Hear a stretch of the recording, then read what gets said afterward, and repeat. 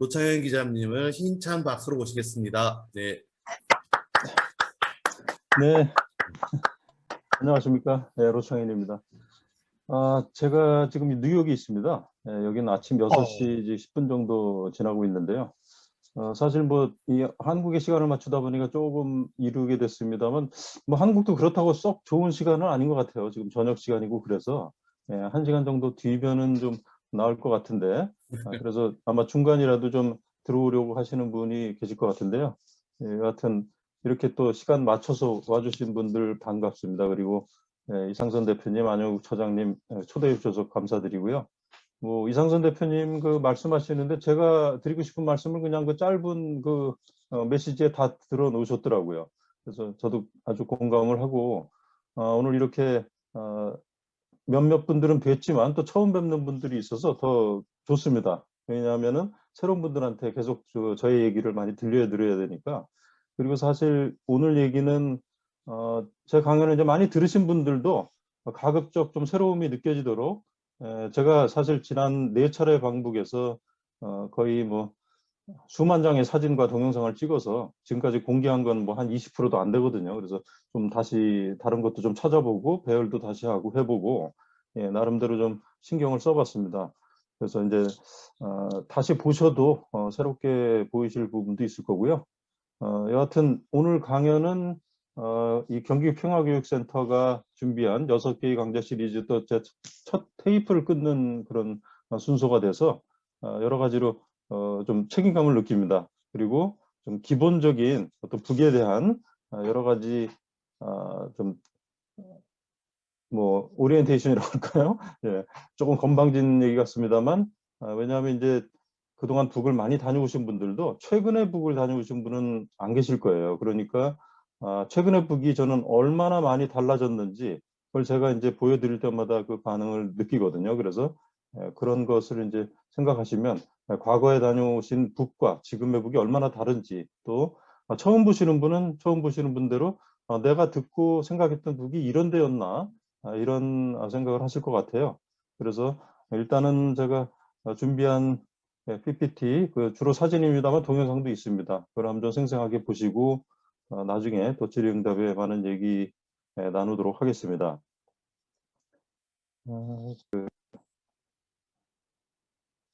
지금 화면이 이제 일단 뜨고 있나요?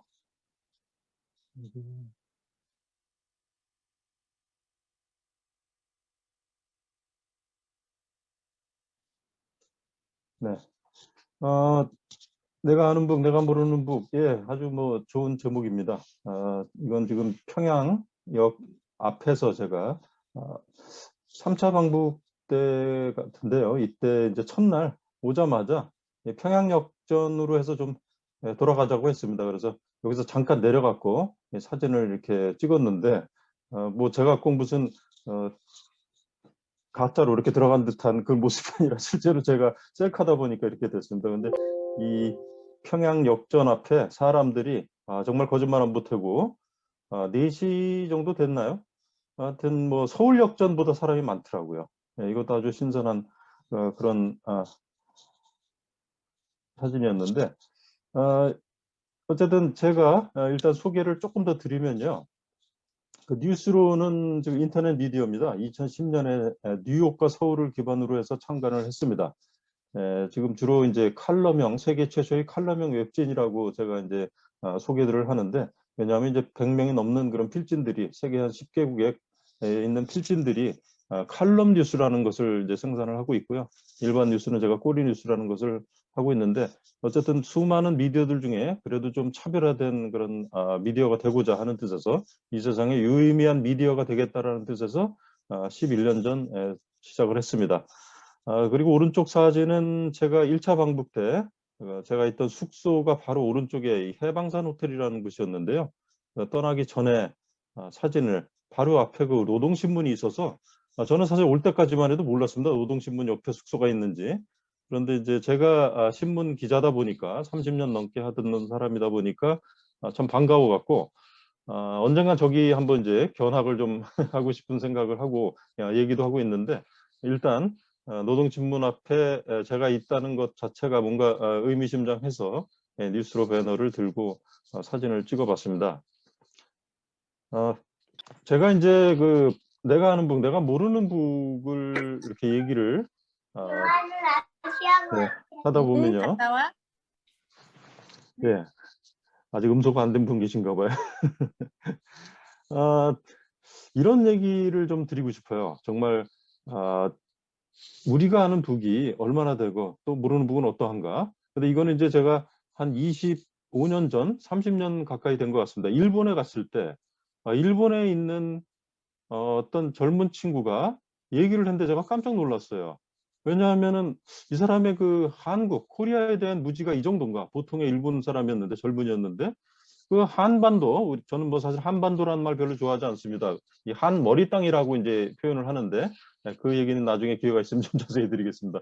이 한머리 땅에 몇 나라가 살고 있는지 물어보니까 이 친구가 거기가 세 나라, 네 나라 아닙니까? 뭐 이런 식으로 얘기를 하는 거예요.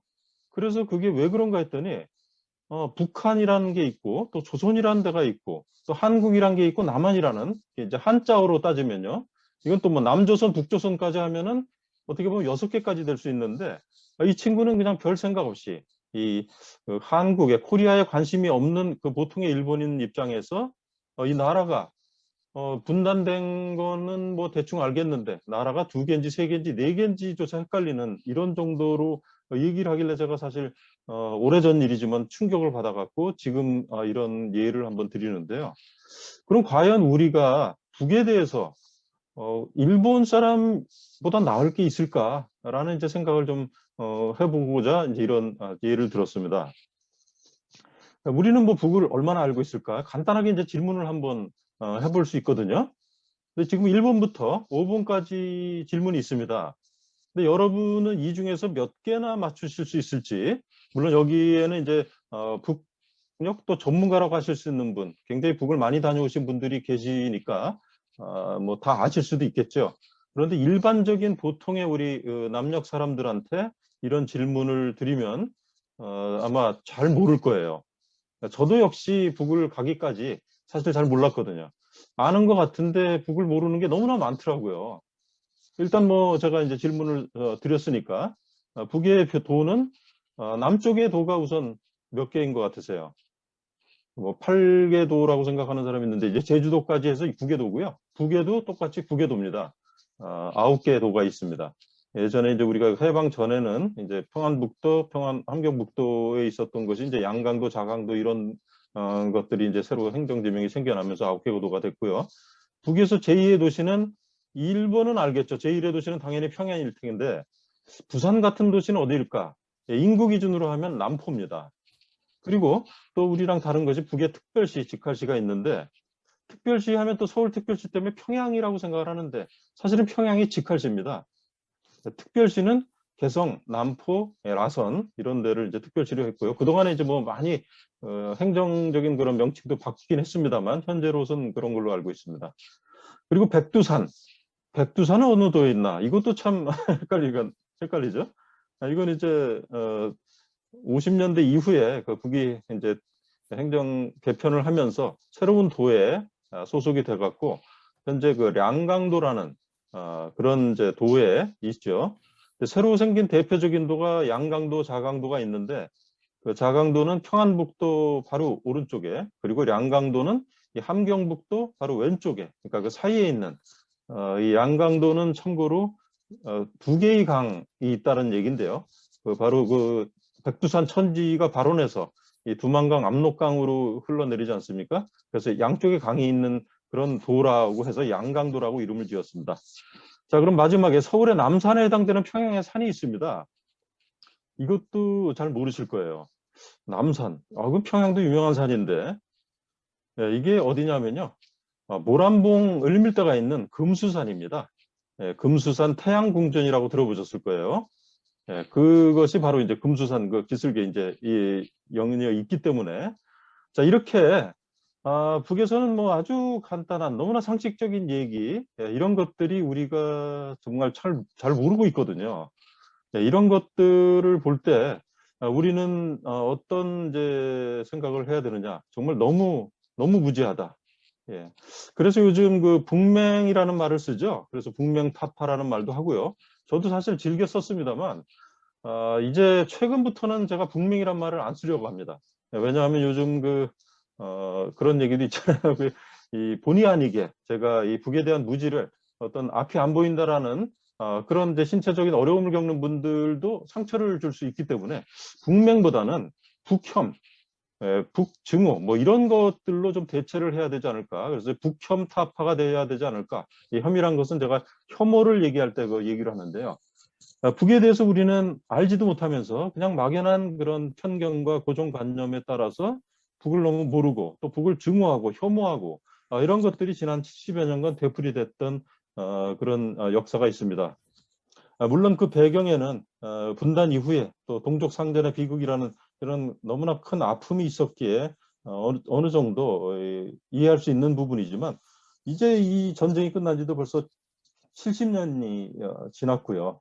언제까지 우리가 이래야 되는지 또 그리고 전쟁의 배경이란 것도 우리가 또 냉정하게 또 짚고 넘어가야 될 그런 부분도 있기 때문에 이제 우리는 그 부인할 수 없는 하나의 민족으로서 이 통일을 지향하는 그런 사람들이 이제 돼야 되는데 그런 점에서 우리가 북을 가장 먼저 바로 하는 것이 우리가 이제 북에 다가가고 또 서로 남북이 화합하고 민족 교류가 될 수 있는 그런 기본적인 토대라고 생각을 하거든요.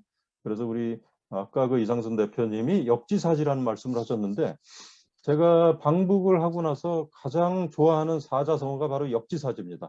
너무나 필요하고요.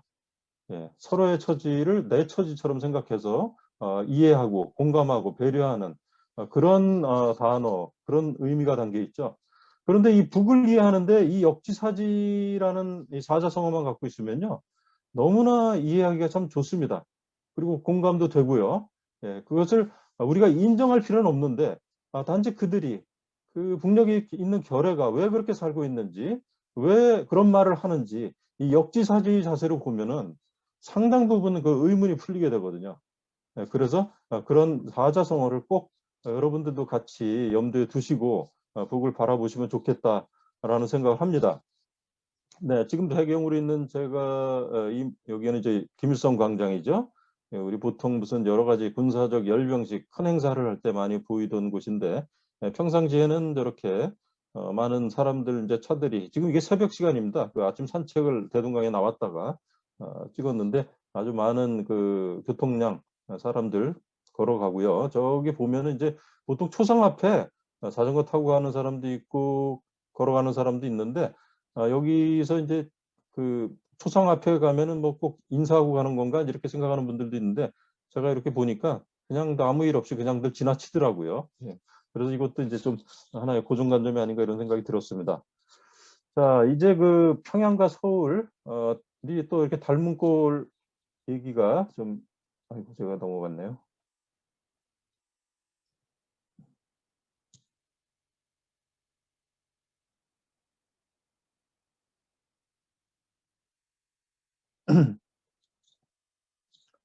예. 이제 일단은 뭐 저희가 그 얼마나 우리가 남과 북이 비슷한지 참 유사한 게 많아요. 당장 양쪽의 그 수도인 그 서울과 평양을 비교해도 일단 뭐 지도 자체도 비슷하게 느껴지지만 그 한 가운데를 흐르는 이 대동강과 그리고 한강 이런 그 아주 모습 자체가 상당히 좀 유사하게 느껴지고요. 크기는 평양이 좀 지속적으로 확대가 돼갖고 서울보다 좀 큽니다, 평양이. 그러나 어쨌든 이 대표적인 그런 도시로서 이 각각을 상징하는 그런 대표 도시로서 기능을 하고 있고요.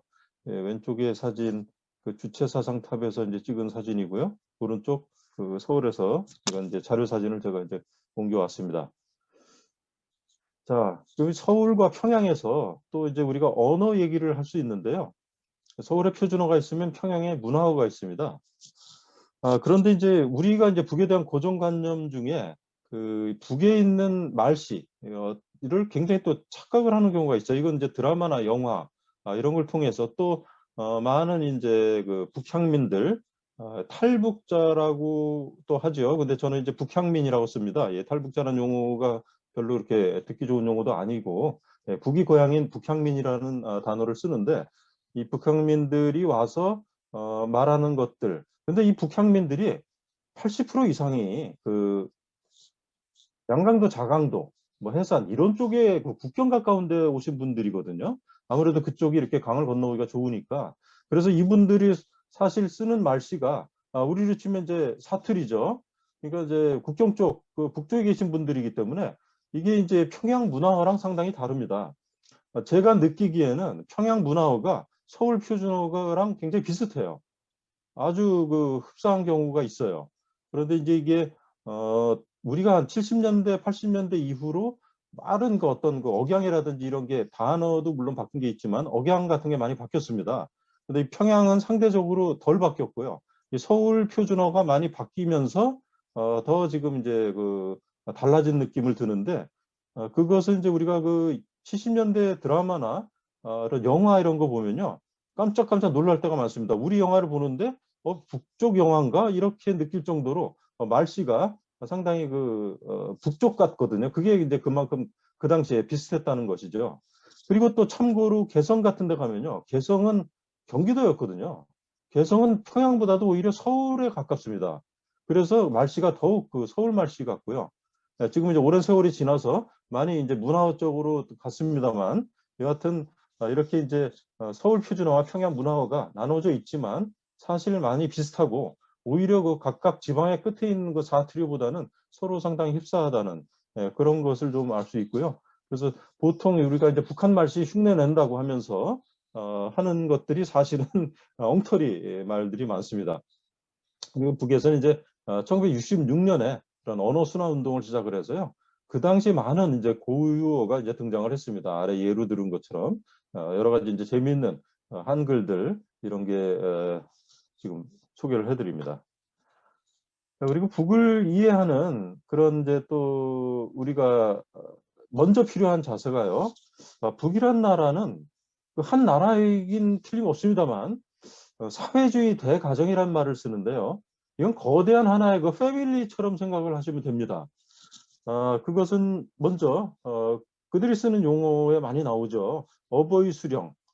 보통 수령을 이제 어버이라고 한단 말이에요. 그것 때문에 이제 많은 사람들이 사실 그 남쪽에 있는 분들 거부감을 갖는데 그것을 이제 일단은 우리는 그런 생각이 들지만 하여튼 이분들은 왜 그런지 이제 역지사지의 입장에서 그렇게 이제 말씀을 드린다고 했으니까요. 생각을 해보면은 어버이란 말이 아주 자연스럽습니다. 왜냐하면 나라 전체가 하나의 그 사회주의 대가정을 이루고 있기 때문에 수령은 어버이고 그럼 어버이가 아버지라면은 두 분을 통칭을 하기도 하지만 작게는 아버지라고 할 수 있는데 어머니는 무엇이냐? 그것은 바로 노동당을 어머니 당이라고 또 부릅니다. 그래서 우리랑 생각하는 게 굉장히 다르죠. 이 당이라는 개념 자체도 우리가 생각하는 정당 개념을 생각하면 북을 절대 이해를 못합니다. 그렇기 때문에 북이 이제 일당 독재라는 말이 우리 입장에서 나오는데 그들의 입장에서는 독재가 아니라 당연히 그런 사회 체제, 통치 체제가 그런 거거든요. 독재라고 누구도 생각을 안 합니다. 북에서는. 그래서 이제 어버이 수령이 있고 어머니 당이 있고 그래서 이제 보통 이제 북에 가시면은 아마도 내가 특별히 요청을 안 해도 자연스럽게 안내를 하는 곳이 저는 뭐 일부러라도 한 번은 가볼 필요가 있다고 생각을 하는데 이 만경대 고향집입니다. 이 만경대 고향집은 김일성 주석의 생가죠. 이것을 이제 복원을 했는데 김일성 주석이 평양에서 이제 출생을 했었고요.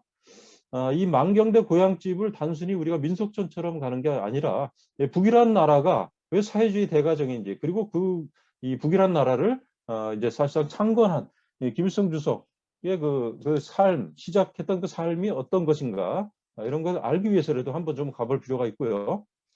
이건 1차 방북 때 갔을 때 그 당시에 유럽에서 많은 관광객들이 정말 매일같이 많은 사람들이 옵니다. 와서 크진 않지만 여기서 이 예전에 그 둘러 있었던 그런 이제 생각, 혹은 민속촌처럼 이렇게 보존했던 물건들이 있고요. 뭐 쭈그러진 항아리부터 이런 게 있습니다. 그리고 여기 이제 이건 이제 간단하게 보시고 여기 나오면은 그 옆에 이제 우물도 있고요. 물도 길어서 좀 마실 수도 있고 또 만경대라는 게가 바로 이게 야트막한 이제 언덕이 있습니다. 그 만경대라는 큰 정자가 있는데 만 가지 경치를 본다고 해서 이제 만경대라고 하거든요. 그 전망이 좋은 그런 데 이렇게 산책 겸해서 올라가서 이제 보실 수도 있습니다. 자, 여기 고려 항공을 타고 이제 평양 가는 것을 이제 보여드릴 텐데, 이제부터는 이제 제가 1차 방북이 2018년 11월이었고요. 딱 1년 사이에 4번을 갔습니다. 그리고 이제 5차 방북을 코앞에 두고 바로 이 코로나 바이러스 때문에 제가 이제 국경 봉쇄가 돼서 지금 1년 반 이상 못 갔는데요. 그래서 참 안타까운 게 많습니다. 왜냐하면 제가 1년 사이에 4번 가면서 갈 때마다 북이 너무나 달라지는 모습을 봤기 때문에 지금 벌써 1년 이상이 지나서 지금의 북은 또 얼마나 달라졌을까? 저 자신도 궁금합니다. 경험에 비추어서. 그러나 어쨌든 제가 보여드리는 모습이 그래도 가장 최근의 북의 모습이고, 또 그리고 이제 미리 말씀드릴 것이 저는 누구의 어떤 유도나 권유나 또 부탁을 받지 않고 닥치는 대로 제가 30년 넘게 기자 생활하면서 어디서도 제가 일단은 나중에 제지를 받을지언정 카메라 드는데 망설인 적이 없습니다. 그래서 양손에 카메라를 들고 닥치는 대로 찍었고요. 물론 이들이 찍길 원하지 않는 데는 제가 물론 준수를 했습니다. 근데 이 고려항공도 사실은 찍을 수가 없어요. 찍지 말아달라고 하는데 일단은 뭐 저의 그 셀카니까 지금 간단하게 찍었고요. 그 뭐 시간이 지금 가고 있으니까 조금 이제 진행을 빨리 해야겠네요. 먼저 북에 가기 위해서는 제가 지금 들고 있는 것이 비자 카드입니다. 비자 카드를 만들어주는 이유는요, 딱 두 나라만 만들어줍니다. 우리 남쪽하고 그다음에 미국. 이것은 이제 북의 일종의 그 방문자에 대한 그 보호 내지 배려 차원에서 하는 건데, 이제 비자 카드로 발행을 해주고 비자 카드를 나올 때 회수를 합니다. 따라서 이제 여권에 보통 입국할 때 출국할 때 스탬프를 찍잖아요. 찍지는 않죠. 여기다가 찍으니까 아무 증거가 남지 않습니다. 이것은 그 이스라엘 경우도 마찬가지로 하는데, 이스라엘 경우는 자국 방문 기록이 있을 때 그 중동의 다른 나라 가면은 불이익을 받을 수 있기 때문에 이런 비자 카드를 만들어 준다고 하거든요.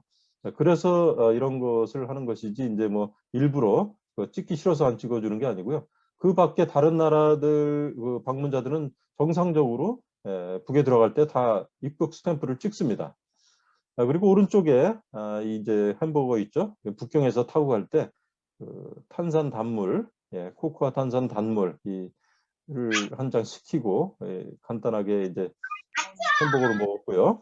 그리고 왼쪽에 있는 것은 세 장의 우리가 그 입국 신고서 내지 세관 신고서 이런 것들을 씁니다. 건강 기록 간단하게 쓰고 이제 북에 들어갈 때는 그 소지한 현금의 그 화폐와 액수까지 이런 게 적도록 되어 있습니다. 그리고 카메라, 그다음에 USB 이런 것들을 또 적게 되어 있고요. 이런 것들이 이제 자기들이 이제 들어올 때 어떤 그 유입되는 것을 굉장히 그 좀 경계를 합니다.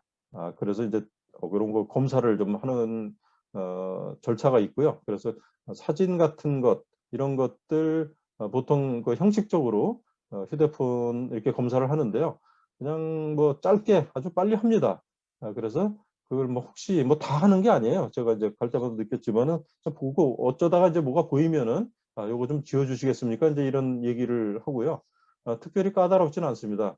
제가 이제 왔다 갔다 하면서 느낀 것으로는 이게 자기네들의 어떤 그 체제에 반하는 그런 유인물, 선전물들이 오는 것을 상당히 그 경계하기 때문에 들어올 때 그런 것이 혹시라도 유포될까 봐 이것을 이제 막는 것이지, 그 반대로 나갈 때는요 아무 검사를 하지 않습니다. 제가 그 갈 때마다 수천 장의 사진과 동영상을 찍습니다만 단 한 번도 검사한 적이 없고요. 그런 검열 같은 게 없으니까 다만 이제 우리가 이렇게 찍다가 보면은 뭐 그들이 싫어할 만한 그런 사진들을 찍을 수가 있죠. 그런 것도 우리가 이제 좀 나중에 만약에 나가서 그거를 이제 악선전을 하는데 사용한다든지 이러면은 아마도 다음에 다시 들어오질 못하게 될 겁니다. 이제 그런 차원에서 뭐 양심에 맡기는 것 같아요. 이제 일단은 뭐 좋은 모습을 갖고 좋은 기억을 갖고 돌아가길 바라지만 혹시라도 이제 잘못된 사진이나 이런 게 찍혔으면 그것은 이제 알아서 본인들이 할 일이지, 이거 갖고 이제 잘못 그 어떤 특정한 목적으로 사용한다면은 본인이 결국은 들어갈 때 문제가 생기니까 뭐 그럴 생각 없이 그냥 뭐 한번 뭐 이용하고 말겠다 하는 사람들은 뭐 어쩔 수가 없겠죠. 네, 오른쪽 아래에 있는 것은 또 좀 종류가 다른데 이거는 위에 게 이제 심양에서 갈 때였군요.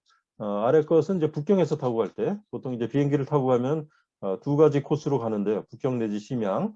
이렇게 이제 뭐 1시간 정도 되는 그 비행 시간밖에 안 됩니다만은 이렇게 간단하게 이제 먹을 걸 주고 또 늘 그 보통의 우리 다른 기내에서 그러듯 이런 이제 노동신문, 기내 서비스를 하고 신문을 볼 수가 있고요. 가다 보면은 그 압록강 상공을 지나게 되는데 이때 꼭 이 방송을 합니다. 그 압록강 상공을 지나고 있다고 이제 바로 이 북의 그 영토로 들어가게 되는 거죠. 그때 이제 압록강을 보면은 그 가운데 섬이 하나 있는데 그게 바로 위화도입니다. 이성계가 어, 위화도 회군을 했던 그 역사적인 그런 바로 섬이 보입니다.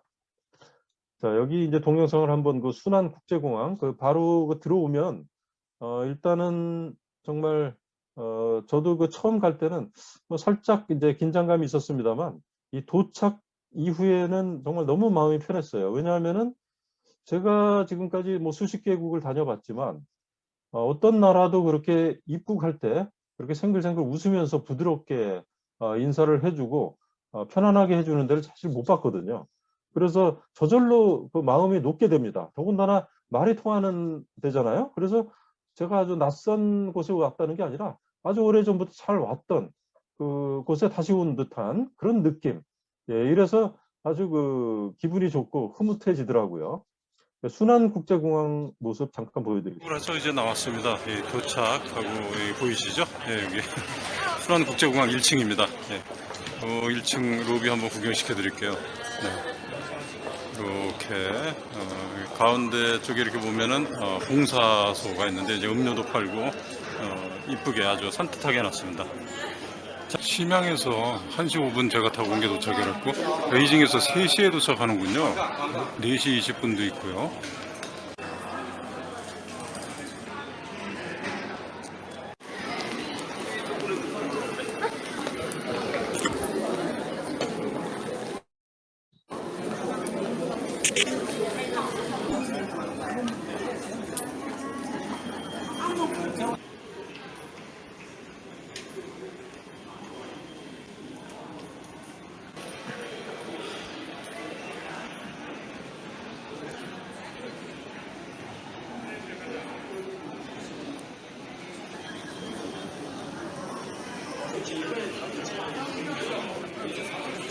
네, 이게 지금 코로나 직전까지의 그 평양 순안국제공항 1층의 모습인데요. 네, 이게 어디라고 얘기 안 하면 도저히 평양에 있는 공항이라는 모습으로 생각되지 않을 거예요. 이런 모습입니다. 하루에 비행 편수가 많지는 않지만 그래도 서너 편씩 오가면서 이것도 많은 그동안에 이제 줄은 거죠. 이 대북 제재 때문에 또 이제 여러 가지 문제가 이제 생기면서 주로 중국, 러시아 이쪽에서 이제 왔다 갔다 하는 이런 항공만 운행이 됐는데 물론 현재는 이제 코로나 때문에 일체 운행이 중단이 됐는데요. 이렇게 평양 순안국제공항의 모습이 일상적으로 이렇게 벌어지고 있고요. 이제 대동강변 제가 제일 좋아하는 것이 대동강 산책입니다. 대동강변. 그래서 이제 호텔도 처음에 이제 우연히 간 이후로 두 번째, 세 번째, 네 번째 다 이제 그 호텔로 가게 된 것이 지금 2개 호텔을 제가 갔습니다. 4차례 방북해서 그 가장 많이 간 곳이 해방산 호텔이라는 곳이었고요. 아까 그 노동신문사 옆에 있는 그리고 두 번째 간 곳은 평양 호텔입니다. 평양 호텔도 조금 한 두세 블록 정도 떨어진 곳에 있는데 이 호텔들의 장점이 제일 좋은 것이 이 대동강변 산책하기가 아주 좋다는 거예요. 바로 한 블록, 두 블록 떨어져 있거든요. 그래서 저는 이제 거의 특별한 일이 없으면 아침 6시에 이제 산책을 즐겼습니다. 그래서 이제 대동강 해방산 호텔에서 바로 나오면 이제 바로 대동강 다리가 있는데 대동강변을 저렇게 이제 왼쪽으로 쭉 가기도 하고 또 오른쪽으로 쭉 한번 내려가기도 하고요. 또 한 번은 또 대동강 다리를 걸어서 왕복을 저 건너 주체사상탑이 있거든요. 이 대동강 저쪽 건너편이 그 동쪽입니다. 제가 있는 곳이 서쪽인데 그래서 보통 평양은 동평양, 서평양 이렇게 부릅니다. 우리가 서울을 강남, 강북으로 부르듯이요. 대동강이 이렇게 동쪽과 서쪽을 살짝 휘돌면서 가기 때문에 동평양, 서평양으로 이렇게 부르고 있습니다. 대동강변의 그 일출 사진입니다. 동쪽이니까 당연히 주체사상탑 오른쪽에서 해가 이렇게 먼동에 떠오르는 그런 모습을 볼 수 있고요. 그리고 여기 이제 처음에 딱 보면은 정말 이 대동강변 산책을 제가 좋아하는 게 정말 짧은 시간 사이에 정말 그 도저히 연출할 수가 없는 수천 명의 그 평양 시민들을 아침 모습, 자연스럽게 활동하는 모습들을 제가 보게 되거든요. 그게 너무나 이제 활기 있고 아주 약동하는 그런 느낌이 전해지기 때문에 어떤 것보다도 제가 이 아침 산책을 즐기고 또 자연스럽게 말을 붙이고 얘기를 할 수가 또 있기 때문에 다른 데는 이제 가다 보면 일정에 쫓기니까 일반 시민들하고 얘기할 기회가 별로 없잖아요. 그런데 이제 여기서는 정말 자연스럽게 아주 인사를 하고 말을 붙일 수가 있기 때문에 이제 좋았습니다. 그리고 이 남성과 여성들이 그 즐기는 그런 모습들이 아주 그 대조적인 모습인데 아래 사진이 이 낚시들을 정말 이 북에 있는 남자들 좋아하더라고요. 이 대동강변 이렇게 좀 아래쪽으로 이렇게 좀 강 쪽으로 보면은 어김없이 사람들이 몰려 있는데 이 긴 강줄기 또 이 대동강변뿐 아니라 북에 그 안에 그 지류가 있습니다. 보통강이라고. 이 보통강변에는 또 사람들이 대동강변 이상이래요. 낚시가 더 잘 된다고 그래서 그야말로 뭐 수천 명이 이렇게 낚시를 아침 새벽마다 이렇게 즐기고 있고요. 또 여성들, 뭐 남성들도 가끔 춥니다만 대부분의 여성들이 조선춤이라고 그래서 운동 삼아서 추는 이 조선춤을 추는 모습을 흔하게 볼 수 있습니다. 이 대동강변 아침 풍경 잠깐 또 보여드리겠습니다.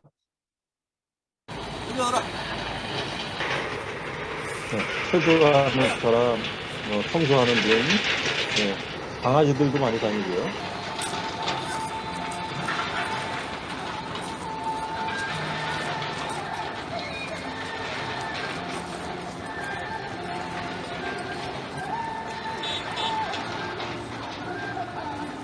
배드민턴 치고 춤도 추고 자, 뭐 이런 모습을 보면은 도저히 연출한다고 할 수가 없겠죠.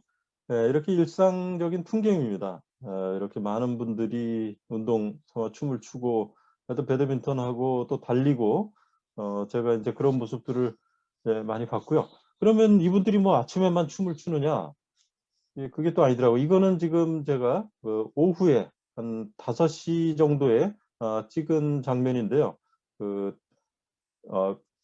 저 격침기념비, 그 제너럴 서머너 격침기념비가라는 곳이 있습니다. 이쪽에 바로 그 앞에서 우연히 또 찍었는데요.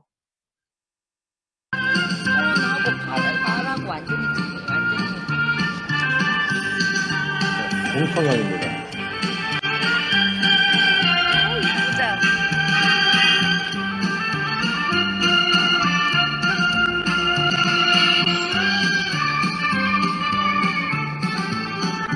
이쪽에서는 또 애견을 데리고 휴식을 취하고 있죠.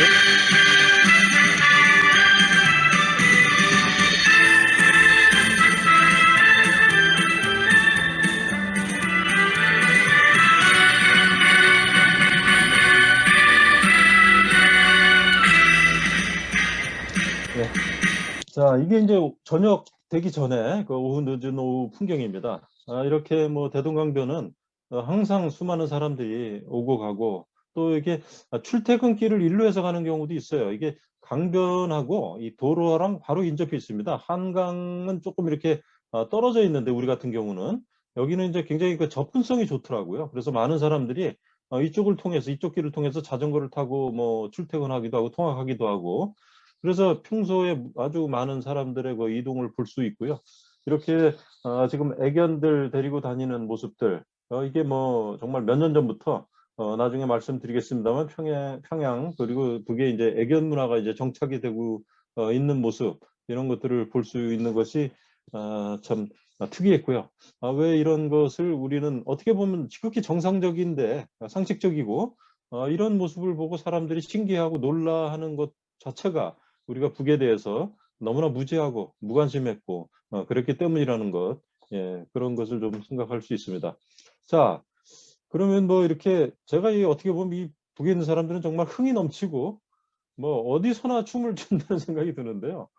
백주 대낮에 아마 멀쩡하게 술 한잔 안 먹고 춤출 수 있는 분들은 이 북녘계래가 아닌가 생각이 돼요. 이거는 이제 모란봉에서 또 지나가다가 자연스럽게 남녀가 어울려서 춤을 추는데 이게 얘기를 들어보니까요. 그건 뭐 아는 사람이 아니더라도요. 음악이 나오고 시간이 있으면 자연스럽게 가서 이렇게 덩실덩실 춤을 춘대요.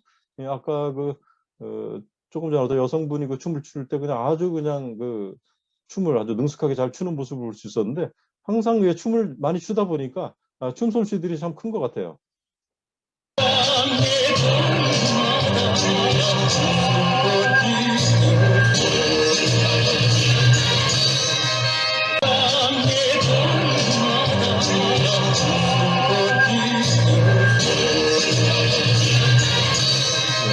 뭐 백주 대낮에 이렇게 춤을 추지만 절대 그 손을 잡거나 블루스 같은 걸 추진 않으니까 건전한 춤이라고 할 수 있겠죠. 이런 모습들을 하여튼 아주 많이 봅니다. 그리고 이제 평양의 애견 문화라고 이제 제목을 달았는데요. 갈 때마다 뭐 많은 그 강아지들을 봅니다. 뭐 한눈에 봐도 이제 애견이라고 할 수 있죠. 그런데 이제 이상하게 한 번도 그 줄을 묶어서 어, 끌고 가는 모습은 못 봤어요. 줄이 달려 있어도 보통 개를 그냥 뜻에 맡기고 가더라고요. 그래서 보통 이제 개가 앞장서고 주인이 따라가고 뭐 이런 식으로 하는 모습들을 많이 봤는데 여하튼 아주 잘 이렇게 개들을 많이 이제 아끼고 사랑하는 사람들이 늘어난다는 것을 알 수 있었고 그래서 그런지 그 보신탕 단고기라고 하죠. 이 단고기 식당들이 아주 많이 줄었다고 합니다. 그리고 찾아보기가 좀 힘들 정도로 지금도 여전히 물론 좋아하는 분들이 있고 얼마 전에 제가 이제 북향민 한 분을 만났더니 애견 문화가 많이 정착이 됐다는 얘기를 하니까 그분은 이제 10여 년 됐으니까요. 이제 그러니까 이제 그분이 그런 얘기를 해요. 그래도 결국은 마지막에 사람을 위해서 복무합니다. 이런 얘기를 하더라고요. 그 복무한다라는 말이 사람을 위해 희생한다는 그런 얘기입니다. 결국은 이제 죽을 때 되면은 이제 사람을 위해서 이제 쓰여진다 이런 얘기를 이제 좀 농담 삼아서 얘기를 했는데 여하튼 지금 한참 북은 어떤 그 단고기와 또 애완견 문화, 애견 문화의 어떤 그 과도기적 그런 상황이 되고 있고요. 많은 어떤 그 생활에 여유가 생기고 강아지들을 키우고 이러면서 많은 사람들이 이제 애견인 이런 사람들이 이제 늘어나는 것을 볼 수 있었습니다. 이렇게 이제 왼쪽 이 사진은 보통강 쪽의 애견, 오른쪽은 그냥 차 타고 가다 길에서 그리고 지금 연화 단고기집이라고 겨우 이제 한두 군데 봤습니다. 자, 그리고 이제 평양에서 이제 처음에 이제 꼭 가셔야 될 때를 얘기를 한다면 이제 그 판문점인데요. 그 판문점에 가는 길, 그 평양 개성 고속도로에 갈 때 제가 차에서 이렇게 이것도 그냥 순간적으로 이제 카메라 촬영을 했는데 마침 잘 잡혔습니다. 이 평양에서 개성 가는 고속도로에 그 우리의 서울이 저렇게 딱 표시가 돼 있을 줄은 물론 뭐 돼 있을 수도 있는데 참 반갑더라고요. 82km 개성 이제 거의 다 와서인데요. 정말 멀지가 않죠. 이렇게 저기가 조금만 가면 이제 서울이 있다라는 그런 생각 이런 걸 보면서 참 우리가 가까운 곳에 있었는데 그동안 너무 먼 것처럼 생각을 했구나라는 걸 새삼스럽게 이제 느꼈습니다. 가는 그 고속도로에서 이제 찍은 사진들이고요. 오른쪽 아래 사진은 고속도로변에 있는 그 조그마한 이제 아파트들인데 여기 보면은 이렇게 태양열 패널들이 있죠. 이것들 요즘 뭐 하여튼 그래서 그 나중에 그 말씀드리겠습니다만 북의 에너지 전력난 이것의 상당 부분을 이렇게 태양열이라든지 대체 에너지로 타개해 나가고 있습니다. 그래서 이게 굉장히 그 생활화되어 있는 그 집집마다 설치가 돼서 어지간한 가정용 전기는 다 이걸로 소화를 하는 그런 모습들을 볼 수 있었고요. 이것은 이제 1차 방북 때 우리 그 AOK 정현진 대표님하고 같이 갔을 때입니다. 이때 그 우리가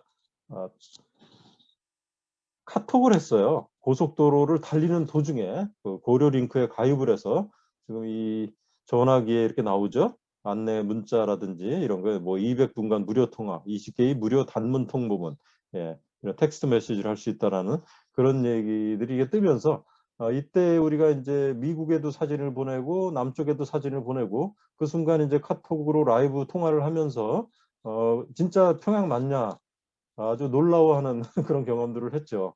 예, 지금은 이제 많은 분들이 소개를 해서 거의 상식적인 수준이 됐습니다만 이렇게 북에 가면은 오히려 저는 중국보다 편했습니다. 왜냐하면 중국 가면은 페이스북이라든지 유튜브 이런 것들이 기본적으로 다 그 막혀 있거든요. 그런데 북에는 오히려 이런 것들을 자유롭게 우리가 이 고려링크에 가입만 하면은 바로 언제든지 바로 그 즉시 이제 할 수 있기 때문에 너무 신기하고 편하고 좋았습니다. 그래서 이런 것들을 아마 이제 보통 한 200불 정도 이런 정도로 하면 한 일주일 정도 대충 쓰는데 지장이 없었습니다. 그리고 이렇게 가입을 하면은요 나만의 그 북녘 번호가 하나 생깁니다.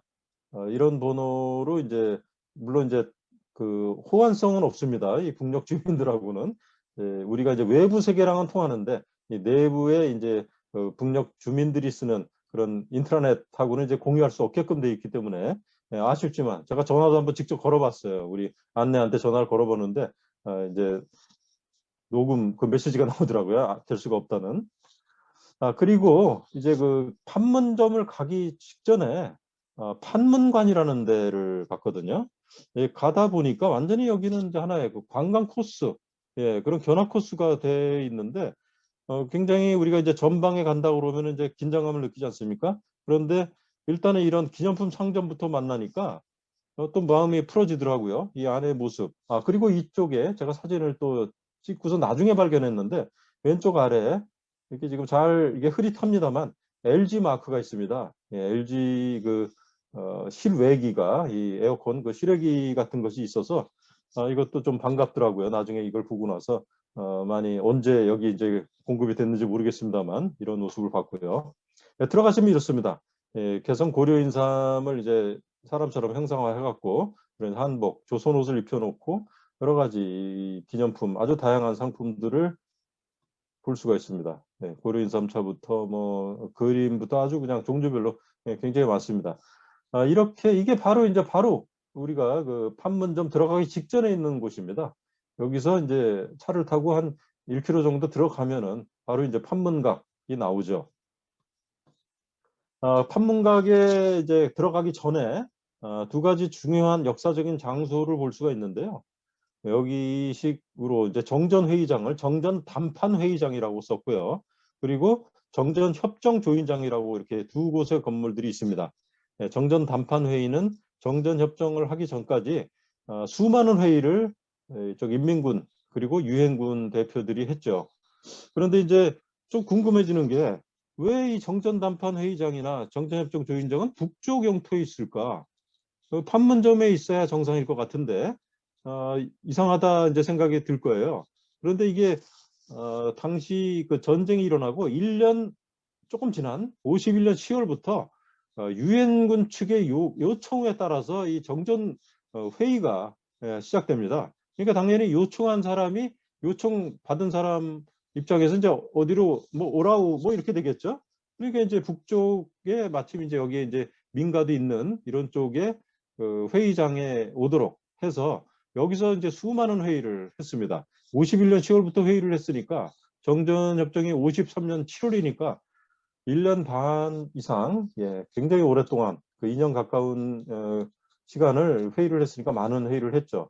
그래서 지금 나중에 이제 판문점 그 51년 이후에 나중에 그 본격적으로 어떤 양측이 이제 어떤 그 중간 지대가 이제 필요하게 돼서 현재의 판문점 조금 남쪽에 있는 그런 지점에다가 각각의 이제 건물들을 세우고 이런 회의를 하는 또 막사도 짓고요.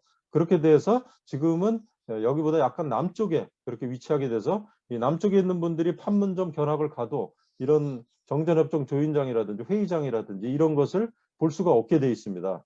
그런 점에서 상당히 이제 북에서는 많은 사람들이 이제 외국인 관광객들이 이제 항상 가면은 이런 것부터 보고 좀 더 다채롭게 그 역사의 흔적을 볼 수 있고요. 정전협정 조인장은 굉장히 큰데 여기에 보면 각종 사진과 전시물들이 많습니다. 그리고 양측이 그 회의, 그 조인을 맺었던 그런 책상, 그다음에 여기 왼쪽은 이 정전 단판 회의장 모습인데 저 안쪽에 있는 모습, 안쪽에 있는 자리가 유엔군, 이쪽 이 뒤쪽이 인민군, 이렇게 앉았던 대표들이 앉았던 그런 곳입니다. 자, 그리고 이제 판문점에 가서요, 제가 참 상당히 그 어지러운 그런 느낌을 가졌어요. 왜냐하면은 내가 서 있는 곳이 진짜 이게 남쪽인지 북쪽인지, 내가 지금 현실 세계에 있는지 순간적으로 막 혼돈이 오더라고요. 너무나 막 이제 그 여러 가지 그동안 이제 제가 생각해왔던 이제 북의 모습이라든지, 뭐 제가 자라왔던 남쪽, 이런 걸 이제 복합적으로 하면서 아주 감회가 복잡했던 것 같아요. 자, 왼쪽하고 오른쪽 건물이 있는데요. 그냥 언뜻 보면은 이게 어느 게 남쪽인지 북쪽인지 잘 모르실 거예요.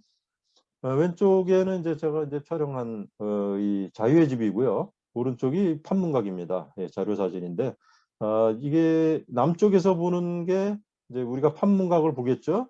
북에서는 이렇게 자유집을 보는데, 이런 것을 보면서 제가 참 헷갈린 게, 지금 내가 남쪽에 있나 북쪽에 있나 막 이런 이제 그 생각이 든 게, 왜냐하면은 우리는 늘 남쪽에서 북쪽을 바라보던 모습이 익숙했거든요. 그리고 북쪽을 보면서 얼어붙은 동토의 땅, 그런 이미지를 생각했고, 그런데 이제 제가 갔을 때 공교롭게 그때는 저쪽이, 남쪽이 단 한 명도 사람이 없었습니다. 저 때만 해도 그 남쪽 그 어떤 방문자들이 견학을 할 수 없게 그때 제한을 해서 아무도 없을 때였어요. 그런데 이제 북쪽에서는 뭐 자유롭게 그 이제 인민군 관할하에 있으니까 저렇게 이제 가서 볼 수가 있었고, 저희가 가서 오기 직전에 급하게 이제 막 왔는데, 왜냐하면 한 200명 정도 중국 관광객들이 들이닥쳤어요. 버스 몇 대 나눠 타고.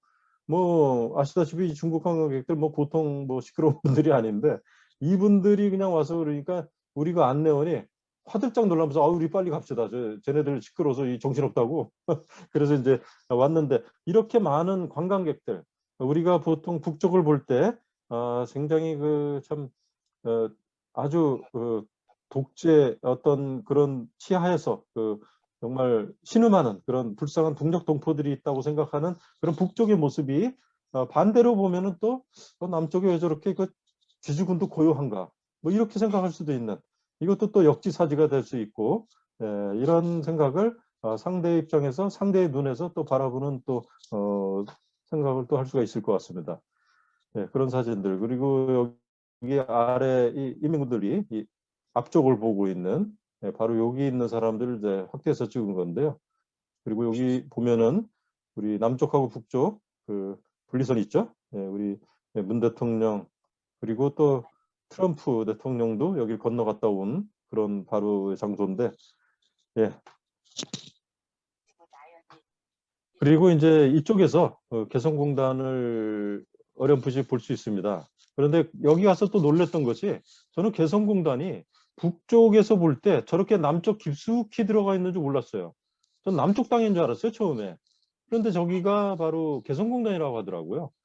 그래서 새삼 내가 이제 놀랬던 것이, 이 개성공단은 북의 입장에서 보면은 정말 어마어마한 군사적 요충지를 양보를 했구나. 아닌 게 아니라 이것이 과거 그 김정일 국방위원장 시절에 개성공단 논의를 할 때 북에도 이제 군부가 있고 또 강경한 그런 세력이 있겠죠. 이것에 대한 굉장한 우려를 했습니다마는 김정일 위원장이 아니다, 이건 무조건 해야 된다. 우리는 그 어떤 민족 사업을 위해서 여기를 이제 평화지대로 만들어야 된다. 그래서 이계 사단을 뒤로 후퇴를 시켜갖고, 이게 사실 개성공단의 우리가 가치를 여러 가지로 얘기를 합니다만, 이 어떤 군사적으로 만약에 어떤 전쟁에 발발했을 때는 이 북에서는 이게 너무나 좋은 아주 장소예요. 가장 그 기술적으로 이 침투할 수 있는 그런 전략적 요충지인데, 이것을 뺐다는 것은 얼마나 이 개성공단을 소중하게 생각했고, 그다음에 이 민족 통일 사업을 진정으로 생각을 했는가, 이런 것을 좀 유추할 수 있겠다, 이런 생각을 하게 되거든요. 그래서 이제 우리가 개성공단을 지금도 우리가 아직 못 열고 있는데, 북에서는 김정일 위원장 당시 선대 유훈이고, 이것은 반드시 우리가 민족 통일 사업으로 보존해야 될 것으로 있기 때문에 지금까지도 이 기계들이 녹슬지 않게 정기적으로 기름을 치고 관리를 잘 하고 있는 것으로 알고 있습니다. 비록 그 재작년에 그런 이제 우리 그 남북 연락사무소 폭파 같은 그런 이제 안타까운 일이 있었습니다만, 그것은 이제 그럴 만한 그 이유가 있었고요. 기회가 되면 이제 따로 말씀을 드리겠습니다만, 절대 북에서는 이 개성공단, 이 금강산 관광 이런 것들을 포기를 하질 않았습니다. 그래서 우리가 이제 빨리 그 판문점 선언, 또 평양 공동 선언에 의거한 대로 이제 지키기만 한다면, 개성공단은 사실 뭐 대북 제재랑 아무 상관도 없는 박근혜 정권 시절에 일방적으로 우리 스스로 닫은 것이기 때문에 문 대통령이 또 일방적으로 선언을 하면 됩니다. 같이 우리 민족 사업으로 같이 가면 되는 건데, 그것을 이상하게 우리가 닫아놓고서 다시 열 때는 미국 눈치를 보는 그런 안타까운 모습을 보이고 있는데, 이걸 빨리 이제 해결만 된다면 급속한 또 진전을 이룰 수 있을 거라고 이제 생각을 합니다. 자, 그리고 지금 뭐 제가 사실 제 화면만 보고 이렇게 말씀을 드리는데, 우리 안 처장님 뭐 제대로 지금 잘 들리고 진행이 되고 있는 거죠? 네네, 잘 들리고 있습니다. 네. 네네, 근데, 예, 제가 예, 네, 그냥 같은 화면을 보지 못하고 제 화면만 보다 보니까 네네, 문제가 있으면 알려주십시오. 예, 지금 이제 북에 대해서 우리가 또 이제 고정관념 내지 오해를 하는 또 다른 것이, 이제 북의 종교는 보여주기다, 가짜다, 쇼하는 거다, 이런 것들 얘기들을 합니다. 그래서 이제 제가 절에도 많이 가고요, 교회, 성당, 여기에도 다 이제 골고루 방문을 했습니다. 여기는 이제 묘향산 보현사 주지 스님을 만났을 때, 이 보현사 주지 스님, 그리고 평양의 용악산이라고 과거 백범 김구 선생이 그 독립운동 직전에 그 승려 생활을 2년간 했을 때 바로 이 법운함에서 계셨다고 해요. 그래서 여기도 아주 특별한 용악산이 평양의 금강산으로 불리는 아주 작은 산이지만 수려합니다. 이 산에 있는 법운함이라는 사찰에 이때 그 주지 스님이 일을 하시다가 저희가 왔다는 소식에 달려와서 이제 만났던 모습이고요. 그리고 평양의 대성산에 광법사라고 있습니다. 이거는 남북을 통틀어 최초의 사찰입니다. 서기 392년 광개토대왕 시절에 창건을 했어요. 여러분 아시겠지만 불교는 고구려 시대에 최초로 이제 도입이 됐는데, 372년에 그 소스리왕 때 아도화상, 순도 뭐 이런 분들에 의해서 이제 전래가 됐는데, 20년 만에 바로 이 자리에 광법사가 만들어졌습니다. 그래서 이 수많은 사찰들이 존재를 했고요. 참 당연한 얘기입니다만은 제가 북에 가서 또 특이했던 것이 고구려 문화 유적지를 너무나 많이 보게 된 거예요.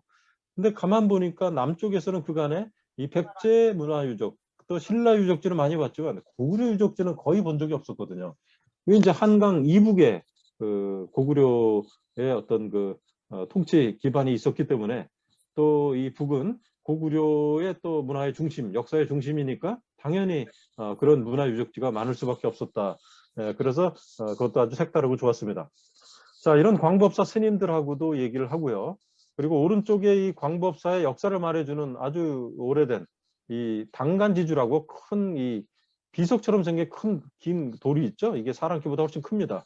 이거는 이제 불교를 아시는 분은 아시겠습니다만, 이 당간지주라고 이 절마다 이렇게 있습니다. 이게 그 절에서 어떤 법회라든지 큰 행사가 있을 때 여기에 이제 사이에다가 깃발 같은 걸 겁니다. 그런 것을 이제 당간이라고 부르는데, 깃발을 그 지주도를 세워서 당간지주라고 부릅니다. 근데 이 당간지주가 바로 이 광개토대왕 시절에 있었던 그런 당간지주. 왜냐하면은 6.25 전쟁 시절에 그 미군의 폭격으로 그 뭐 평양이 뭐 초토화가 된 건 물론이고, 이 산중 사찰까지도 거의 80%가 다 무너졌습니다. 그래서 이 광법사도 대부분이 다 파괴가 돼 갖고 나중에 다 이제 역사적 고증에 의해서 재건을 했거든요. 그래서 대부분이 그 과거의 흔적을 찾기는 어렵습니다. 안타깝게도. 그러나 이렇게 당간지주라든지 여러 가지 뭐 어떤 사적비 이런 것들, 그다음에 뭐 천전된 종이라든지 뭐 이런 것들이 이제 다행히 남아서 이런 역사를 이제 우리가 알 수가 있는데, 여하튼 이제 많은 스님들하고 얘기하면서 제가 개인적으로 불자입니다. 그래서 이제 불교 얘기를 좀 하면은 이 스님들하고 대화가 되면은 그분이 정말 연극을 하는지 뭐 쇼를 하는 분인지 알 수가 있고요. 뭐 얘기만 들어봐도 어떤 분들인지 알 수 있죠. 그리고 이제 칠골교회 가서 이 목사님, 부목사님도 만나 뵙고, 목사님과는 제가 인터뷰를 한 15분 정도 했는데, 이건 아직 이제 공개를 안 했습니다만, 그것을 보면은 왜 북에서 또 기독교, 개신교에 대해서 말이 많은지, 그 다음에 왜 오늘날 현실이 이런지, 이분의 어떤 인터뷰에서 명쾌하게 드러나는데, 네. 예, 왼쪽에 있는 이제 우리 오른쪽 분이 그 목사님, 여기 부목사님 두 분하고 제가 이제 인터뷰하고 있는 사진을 좀 안에서 찍었고요. 칠골교회는 역사가 이제 꽤 오래됐죠. 근데 이게 이제 또 재미있는 것이 그 김일성 주석의 그 명으로 복원을 했는데 이게 이제 6.25 전쟁 때 이제 초토화가 됐으니까 당연히 파괴됐죠. 근데 김일성 주석이 어렸을 때 외할머니 손을 잡고 가던 교회가 바로 이 칠골교회입니다. 그러니까 김일성 주석도 개신교 신자였죠. 그러니까 이것도 좀 재밌고요. 그리고 상당히 독실한 그 개신교 집안이었다는 것. 이것을 통해 볼 때 북에서 그런 역사와 배경을 가진 가문이 개신교를 탄압을 할까? 이거는 좀 이제 퀘스천 마크가 붙게 되겠죠. 그리고 오른쪽에 이 주일 예배 그 찬송가인데 이거는 이제 제가 취재한 것이 아니고 보스턴에 이금주 선생님이 계시는데 이분이 다녀왔을 때 비슷한 시기였습니다. 그 후에 이걸 제가 사진을 받아서 이걸 이제 소개를 해드립니다. 그리고 이제 장충 성당을 제가 갔어요. 그리고 이거는 이제 정말 제 혼자 가서 처음부터 끝까지 제가 미사라고 쓰고 괄호 열고 공소예절이라고 했는데요. 이제 천주교 가톨릭 신자분들은 잘 아실 겁니다. 이게 저는 이제 편하게 미사라고 얘기를 합니다만 사실은 공소예절이라고 하는데 왜냐하면 이 바티칸에서 파견된 신부님이 여기 안 계시거든요. 아직은 이 바티칸 국하고 이 북하고 그런 이제 합의가 안 돼 있기 때문에 그러나 북에서는 이 성당을 철저히 그 바티칸과 연계된 그런 남쪽하고 연계된 이런 이제 북만의 가톨릭이 아니라 거기에 이제 같이 엄격하게 밀접하게 이제 연결이 돼 있습니다. 그래서 신부님들이 안 계시기 때문에 미사처럼 드리긴 하는데 이걸 이제 신도 회장이나 부회장 이런 분들이 오래된 신도들이 이 사제 역할을 대신합니다. 그래서 이런 것을 거의 그 미사에 준하는 처음부터 끝까지 나중에 이 헌금 순서까지 그대로 하더라고요. 그리고 지금 오른쪽 위에 사진 보시면은 찬송집을 들고 이렇게 노래를 하는 모습을 볼 수 있는데 이것도 제가 시간이 있으면은 이제 동영상도 보여드립니다만 시간이 많지 않기 때문에 나중에 기회 있으면 보여드리고요.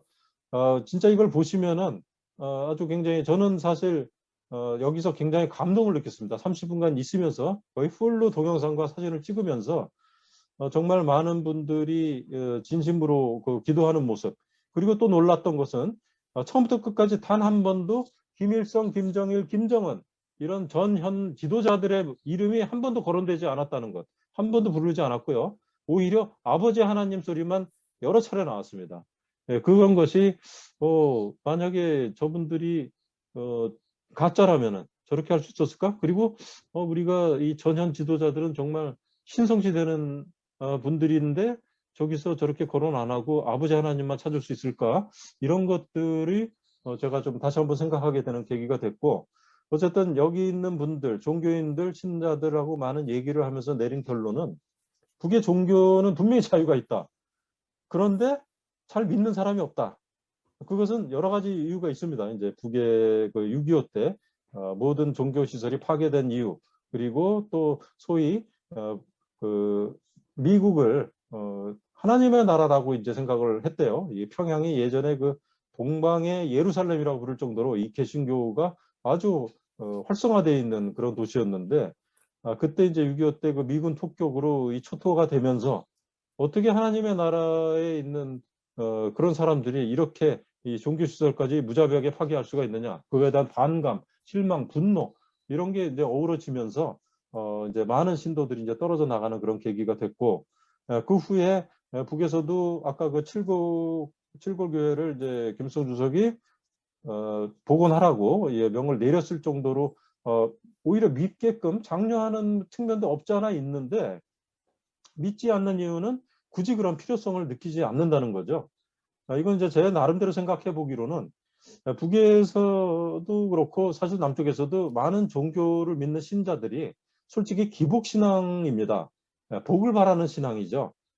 그래서 그러다 보니까 기본적으로 북에서 뭐 일단 국가가 어떤 무상으로 다 지급을 하고 또 어버이 수령이 있고 어머니 당이 있고 또 주체 사상이라는 어떤 그 나름대로의 그 체제 그 논리가 있으니까 이게 어지간한 사람들은 굳이 종교가 필요 없겠다 이런 생각이 또 그들의 입장에서 생각하면 그렇겠다라는 생각을 하게 되더라고요.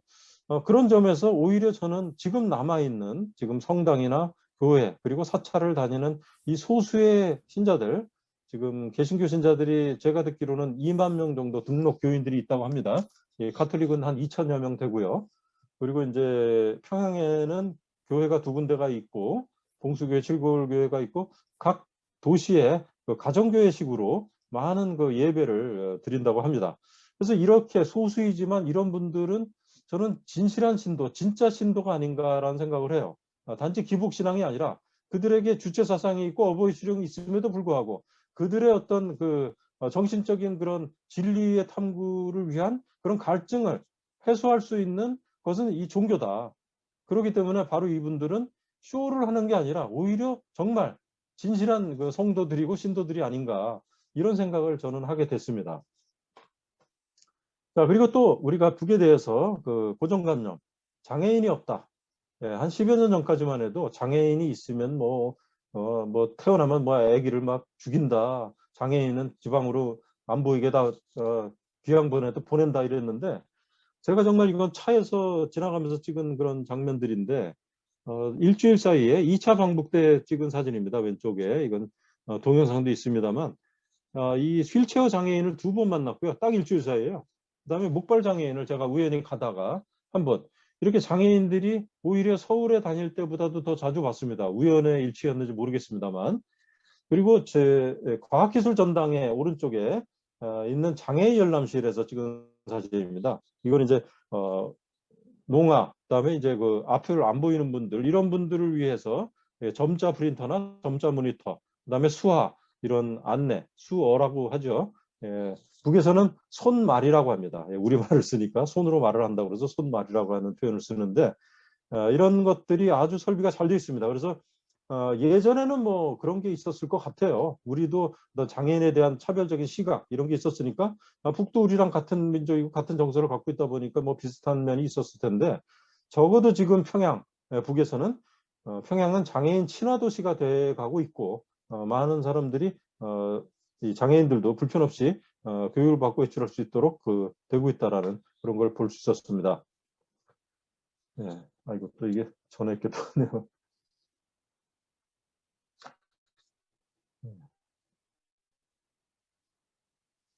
지금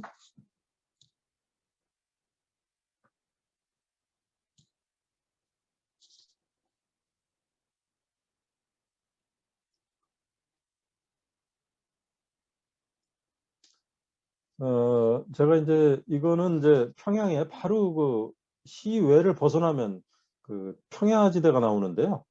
개성 가는 고속도로 가다가 잠깐 세우자가 있습니다. 이 갓길에다 이 이제 9월 말이었는데 누런 황금 벌판이 보이길래 가까이 다가갔더니 또 재밌는 모습들이 보이더라고요. 이게 바로 이제 코스모스 아래쪽으로 그 고속도로 지날 때는 몰랐어요. 이게 길이 낮아서 가까이 다가가니까 이렇게 자전거 타고 가는 북녘 주민들 굉장히 많이 오가더라고요. 그래서 처음에 이 고속도로에서는 인적이 없다. 워낙 차들이 없으니까 야 이게 뭐 텅 빈 고속도로네 이렇게 생각을 했는데 바로 옆에 가니까 이렇게 사람들이 수많은 사람들이 왔다 갔다 하고 있더라고요. 자, 이거는 이제 제가 2019년 9월인데요. 2019년, 2020년 그때도 북에서는 여름에 수해가 좀 있었습니다. 태풍 피해도 있었고요. 그런데 이때 2019년에도 큰 태풍이 와서 전 인민이 굉장히 사전 준비를 막 국가적인 어떤 대책을 세워서 이 수해 방지, 재해 방지를 힘써갖고 다행히 이걸 잘 넘겼습니다. 그래서 이렇게 풍년이 들어가는 모습을 볼 수 있었는데, 자, 우리가 이제 북에 대해서 식량난 얘기를 끊임없이 합니다. 그런데요, 최근에 이제 코로나 이후에 북에 우리가 식량 공급을 작년에 하겠다고 했는데 보기 좋게 거절을 당했죠. 근데 북에서는 물론 뭐 식량이 남는다고 볼 수는 없는데 우리가 생각하는 것보다는 굉장히 사정이 좋습니다. 적어도 작년, 재작년 대풍을 거뒀고요. 그래서 그 얘기를 올해 그 8일차 노동당 대회 때도 언급을 이미 했습니다. 그래서 뭐 사실은 작년 정도의 수준은 뭐 일부 수출을 해도 될 정도로 쌀이 남아돈다라는 얘기가 전에 들리기도 하거든요. 그런데 여하튼 뭐 그 정도는 아니더라도 우리가 보통 그 북의 식량 자급률을요, 쌀만이 아니라 뭐 옥수수, 고구마, 감자까지 다 이제 통칭을 합니다만 식량 자급률이 95%라고 합니다. 여러 가지 이제 자료를 객관적으로 분석해서 나온 것이 95%나 돼요. 그렇다면은 사실 거의 모자르지 않을 정도 될 거든요. 약간은 모자르는데 이거는 이제 우리가 정상적으로 만약 무역 거래가 된다면은 이거 얼마든지 할 수 있는데 이제 북이 그게 이제 정상적인 무역 거래를 대북 제재 때문에 막히고 있죠. 그래서 이런 것들이 좀 일부 모자라는 것 때문에 어려움은 겪는다라는 정도지 식량이 모자라서 정말 허덕인다 이런 것은 아니라는 것. 그런 것이 있기 때문에 또 이런 코로나 위험 때문에 받질 않겠다. 그리고 북에서는 또 남이 자꾸 어떤 전제 조건처럼 조건 없이 뭐 공급을 하겠다라고 하면 요즘은 또 코로나 균이 유입될까 봐도 이제 무서워서 못 받지만 그걸 예전에는 그걸 자꾸 앞세워서 이걸 빌미로 뭐 다른 걸 좀 자꾸 얘기를 하고 그런 것이 보기 싫어서 거절을 하고 있는 거거든요. 그런 점에서 이 식량은 하나의 어떤 제한이 되기는 어렵고 우리도 그 식량난에 대해서 좀 다시 한번 생각을 해야 되는 식량난이 아니라 식량 문제다라고 저는 얘기를 합니다.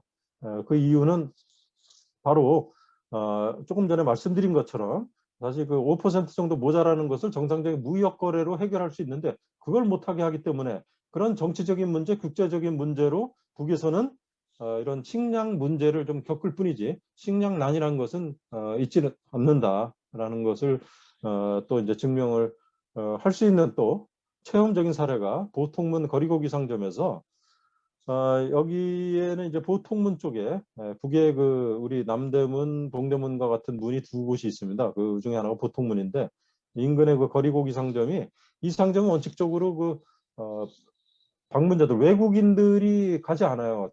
보통 북녘 주민들이 이용하는 곳이기 때문에 여기 이곳에 가면은 메뉴표도 식단도 자기들 돈으로 표시되어 있습니다. 물론 이제 우리가 가는 식당도 그 북녘 주민들이 오는데 보통 외부 방문자들이 가는 식당은 외화 식당이라고 그래서 외화로만 결제가 되는 데거든요. 여기는 이제 북녘 주민들도 많이 옵니다만 그 사람들도 똑같이 외화로 지불을 하고 이 메뉴표도 그 외화 기준에 의해서 가격 표시가 되어 있습니다. 그래서 이제 가격 표시가 많이 달라고 그냥 깜짝 놀랐는데 어쨌든 여기에 가서 이제 저 빼고는 전부 100% 이제 북녘 주민들하고 어울려서 고기 전문점인데요. 5가지 고기가 나옵니다. 쇠고기, 돼지고기, 닭고기, 양고기, 그리고 타조고기까지 우리가 주문할 수 있는데 타조고기가 있는 것은 이제 북의 그 평양 외곽에 타조 농장, 대규모 타조 농장이 오래전부터 운영이 되고 있습니다. 그래서 타조 고기가 생산이 되고 있고요. 어쨌든 이날 그 한 3가지 종류 고기만 시켜서 먹었는데 정말 뭐 진짜 배가 터지게 먹었습니다. 그리고서 놀라울 정도로 가격이 싸서 셋이서 이제 고기를 한 아마 5인분 정도 시켜서 먹었는데 양이 뭐 거의 하여튼 7, 8인분은 된 것 같아요. 이걸로만 배를 채웠으니까. 그런데 가격이 정말 한 30달러? 30달러가 넘지를 않았습니다. 그 당시에. 그러니까 정말 얼마나 이제 싸다는지 이해가 가고 정말 실감을 했죠. 자, 그 어쨌든 이런 식으로 이제 그 식량이 생각보다 이제 고기 같은 것도 잘 공급이 되고 있고 이 고기는 이 북강원도가 있습니다. 북에도 강원도가 있는데 북강원도의 세포등판이라는 지역에 세계에서 가장 큰 이 축산 단지가 있습니다. 이게 세계에서 가장 큰 데를 우리 뉴질랜드로 알고 있는데 이 세포등판이 완공이 되면서 세계 기록이 깨졌습니다. 그쪽이 제일 크고 수많은 가축들이 여기서 이제 자라고 있고요. 그래서 고기가 공급이 되고 있습니다. 자, 그다음에 이제 전력난을 한번 얘기를 해보겠습니다. 전력난은 아까 잠깐 그 개성 고속도로 가다가 이 태양 패널 보여드렸는데 여러 가지로 많은 아이디어로 부근 전력난을 타결하고 있는데 지금 이제 묘향산 가는 길, 그 고속도로에서 이 향산 보통 평양 향산 고속도로라고 부릅니다. 이 관광도로라고 부르는데 가다가 청천강을 보게 됩니다. 청천강 또 우리 역사 속에서 많이 나오는 그런 강인데 이 청천강을 가면은요 계단형 발전소라는 걸 보게 되거든요. 계단형 발전소는 우리가 보통 발전소, 이 수력 발전소는 굉장히 그 낙차가 있는 이 수풍댐처럼 높은 낙차에 의해서 이 전력 생산을 하는데 낙차 폭이 거의 없는 이런 그 발전소를 여러 개 설치를 합니다. 이게 바로 계단식으로 만들어졌다고 해서 이 여러 개 한 6개, 7개 정도 되는 발전소를 단계적으로 만들어서 이 전력 생산을 합니다. 그러니까 낙차가 크지 않지만 소규모 전력을 여러 군데 합쳐 갖고서 어지간한 지역 그 인근에까지 다 소화가 될 수 있는 전력 공급을 합니다. 그래서 이 오른쪽 아래 보면 군민 발전소라고 있잖아요. 여기 조그만한 건물이지만 이 발전소가 있는 것이 우리가 생각하는 대규모 발전소 개념하고 좀 다르게 이런 것들을 이제 볼 수가 있어서 상당히 많은 어떤 대북 제재 때문에 나오는 그런 전력 어떤 석유난 이런 것을 타개하기 위해서 굉장히 많은 아이디어를 동원을 해서 자력갱생, 자강을 하고 있다는 것을 볼 수 있습니다. 네, 전력 생산은요, 이 태양열뿐 아니라 지열, 이런 요즘에 그 평양에 고급 아파트촌들이 많이 만들어졌잖아요. 그 대규모 아파트들이 뭐 높이가 이 려명거리는 뭐 75층인가 최고 높은 층이 그리고 미래과학자거리 뭐 창정거리도 막 40층대 건물들이 질비한데요. 이런 건물들 보면 많은 그 아파트들 이 사람들은 이제 살림집이라고 부릅니다만 고층 살림집 이런 살림집에 지열을 또 동원을 합니다. 땅에서도 이 열기를 또 얻을 수 있죠. 지하수 이런 걸 통해서 지열을 또 생산하는 그런 특별한 그 설비들을 자기들이 개발을 해서 태양열, 지열 이런 것들을 하고요. 지금 왼쪽 아래 사진은 여명거리에 있는 녹색 건축 기술 교류사라고 해갖고 이 여명거리 자체가 평양의 그 신도시들 자체가 전부 다 이 환경 친화적인 그런 도시로 건설이 되고 있습니다. 그래서 이런 기본적인 어떤 그 대체 에너지, 그리고 환경을 소중히 하고 파괴하지 않는 이런 것들로 아주 개발을 하고 있고요. 또 재밌는 게 평양에 요즘 굉장히 색깔들이 그 파스텔 톤으로 바뀌었거든요. 그래서 이제 2016년까지 가신 분들도 평양에 가면은 깜짝 놀라. 지금 이제 예전의 모습과 제가 보여드리는 모습이 달라진 것의 대표적인 모습이 평양의 색깔이 달라졌다고 하거든요. 바로 이렇게 평양의 그 외관이 이제 밝고 어떤 이제 녹색 그 어떤 위주의 그 색깔을 하는데 이게 특수 페인트라고 합니다. 음이온을 방출하는 특수 페인트로 또 칠을 하는데 밝고 화사하게 하면서 상당히 사람 몸에 좋은 그런 음이온을 발생시키는 그런 특수 페인트로 이 평양이나 개성이나 주요 도시들을 다 그런 파스텔 톤으로 바꾸고 버렸습니다. 그런 녹색 에너지를 우리가 또 볼 수 있고요. 오른쪽에는 미래과학자 거리에 있는 또 밤의 모습이 이제 아름다워서 잠깐 또 찍어봤습니다. 자, 그리고 이제 평양의 또 하나의 랜드마크라고 할 수 있죠. 이 105층 류경호텔. 류경호텔은 사실 지금 거의 다 완공이 됐습니다. 외관은 다 만들어져 있고 내부 마감 공사만 남겨두고 있는데 사실 제가 알기로는 작년에 이미 이거를 다 완공을 하고 개관을 할 수 있었는데 작년에 이 불행하게도 이 코로나 사태 때문에 북에서 여러 가지 그 대규모 그 관광단지를 같이 완공을 하면서 상당히 많은 외국 관광객들, 특히 중국 관광객들이 많이 오기로 이제 아마 된 것 같아요. 그래서 이런 그 시설들을 많이 준비를 했는데 안타깝게도 이제 코로나 때문에 지금은 모든 게 이제 봉쇄돼 있으니까 이제 여전히 그 관광 단지 이런 것들이 이제 공중 완공식을 미뤄두고 있고요. 유경 호텔도 이제 일단은 이런 형태로만 놔두고 있는데 자 어쨌든 이것이 지금 벌써 2년째 류경 호텔 105층 류경 호텔이 밤에는 거대한 네온사인 쇼를 합니다. 이걸 뭐 진짜 뭘 밤새 이렇게 하는데 갈 때마다 제가 이제 봤거든요. 그래서 그 동영상도 찍고 그런데 이런 그 LED 등으로 이게 류경 호텔이 3개 면으로 되어 있습니다. 피라미드 형태인데 유리로 이렇게 삼각형 모양이 되어 있기 때문에 어디서 봐도 이제 이런 모습을 볼 수 있어요. 이런 것들을 한 20만 개의 LED 등으로 부착을 해서 이런 이제 네온 사인, 그다음에 움직이는 동영상도 보여주고 이런 것들을 이제 하고 있습니다. 자, 그럼 이걸 볼 때 전력난이 심하다면 감히 이런 우매한 짓을 할 수 있을까? 우린 여기서 이제 또 한번 상식적인 판단을 해야죠. 뭐 전력이 남아돌지는 않을지 몰라도 적어도 큰 지장은 없구나라는 정도를 우리가 생각할 수 있습니다. 자, 이게 이제 대북 제재, 십몇 년째 아주 엄혹한 대북 제재 속에서 오늘의 북이 지금 이루어지는 일상적인 이런 풍경입니다. 자, 그리고 동평양을 이제 보여드리는데, 동평양은 서평양, 지금 려명거리나 이런 여러 가지 중요 시설들이 있는 곳이 다 서평양이에요.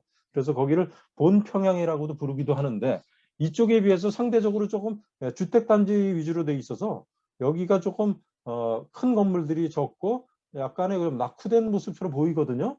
그래서 일부러 이쪽 이제 사진들을 보여드리는데, 이렇게 이제 건물들이 다 산뜻한 모습으로 탈바꿈을 해서 예전엔 다 우중충한 회색빛 또 이렇게 있었는데, 지금 이렇게 이제 아까 말씀드린 그런 음이온 방출 페인트 이런 걸로 외관을 칠하면서 단장들을 잘 하고 있고요. 지금 현재는 동평양이 엄청나게 개발이 되고 있습니다. 이제 서평양은 어지간한 데가 다 개발이 됐기 때문에 이 동평양 쪽에 아주 많은 개발이 지금 평양의 대규모 주택단지 5만 호 단지도 또 뭐 이제 하고 있는데, 그거는 이제 동평양은 아닙니다만 여하튼 이렇게 동평양 서평양 가릴 거 없이 특히 동평양에서 많은 그런 공사들이 이루어지고 있고 평양종합병원도 만들어지고 있고요.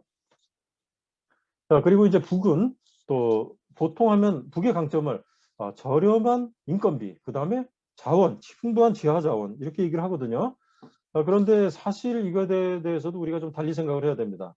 노동력이 저렴한 노동력, 그리고 자원이 많은 건 맞는데 북이 그것만 있는 게 아닙니다. 지금 첨단 과학기술이 있습니다. 이 과학기술 전당에 가시면은 그거를 유감없이 느끼실 수 있는데, 자, 정 가운데 이런 은하 3호 로켓, 이게 실물과 똑같은 모형이 전시되어 있습니다. 거의 건물 한 30층 높이 정도 될 것 같아요. 20층 이상 정도 되는 그런 정도의 높이로 이런 대규모 그런 모형이 건설이 돼 있는데, 어쨌든 여기 한 바퀴 돌고 나면 북의 어떤 과학기술, 기초과학, 응용과학, 어떤 현대과학의 어떤 총화로 이제 결집이 돼 있다, 밀집이 돼 있다라는 그런 느낌을 가질 수 있습니다.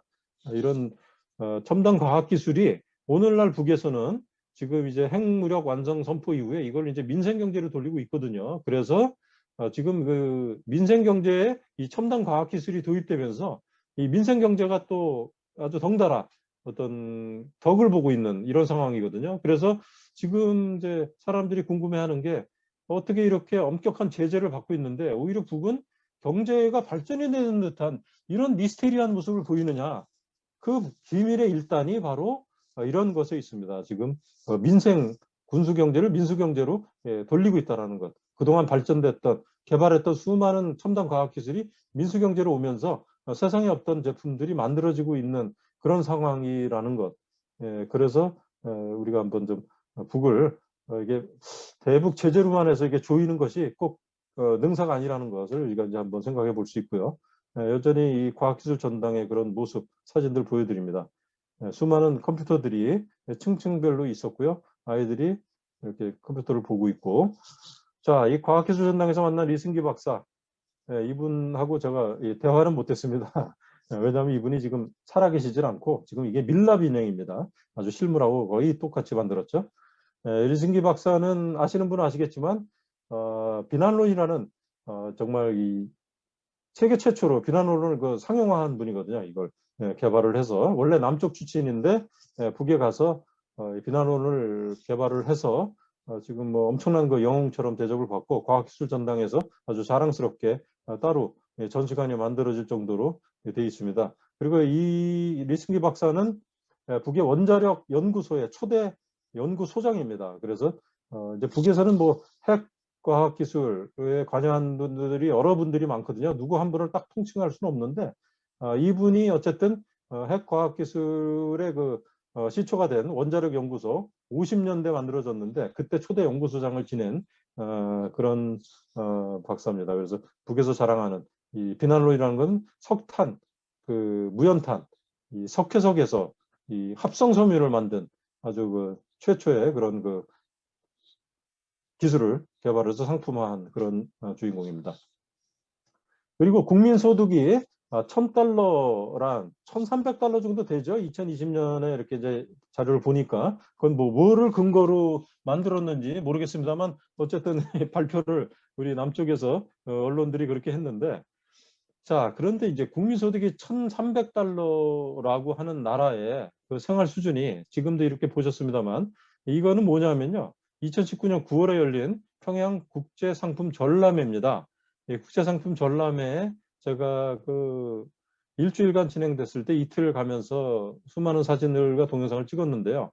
여기서 이제 뭐 여러 가지 그 현대적인 제품들, 밖에서 유람선, 보트, 요트, 뭐 자동차, 신형 자동차, 이런 것들이 뭐 자동차만 해도 10개 브랜드가 선전을 하고 있었고요. 그다음에 이 유람 보트 이런 것들이 막 수출도 되는 그런 상품 전람회가 수만 명이 왔다 갔다 하면서 이렇게 보고 있었는데, 이게 대북 제재 국면에서 벌어지고 있는 한 450여 개 기업이 출품을 했고요. 이 중 거의 200개 기업이 외국 기업들이었습니다. 근데 이제 물론 외국 기업들은 한 10여 개국 정도, 그 미국 등 서방은 다 제외한 미국의 눈치를 보지 않는 그런 나라들에서 많이 이제 참여를 했죠.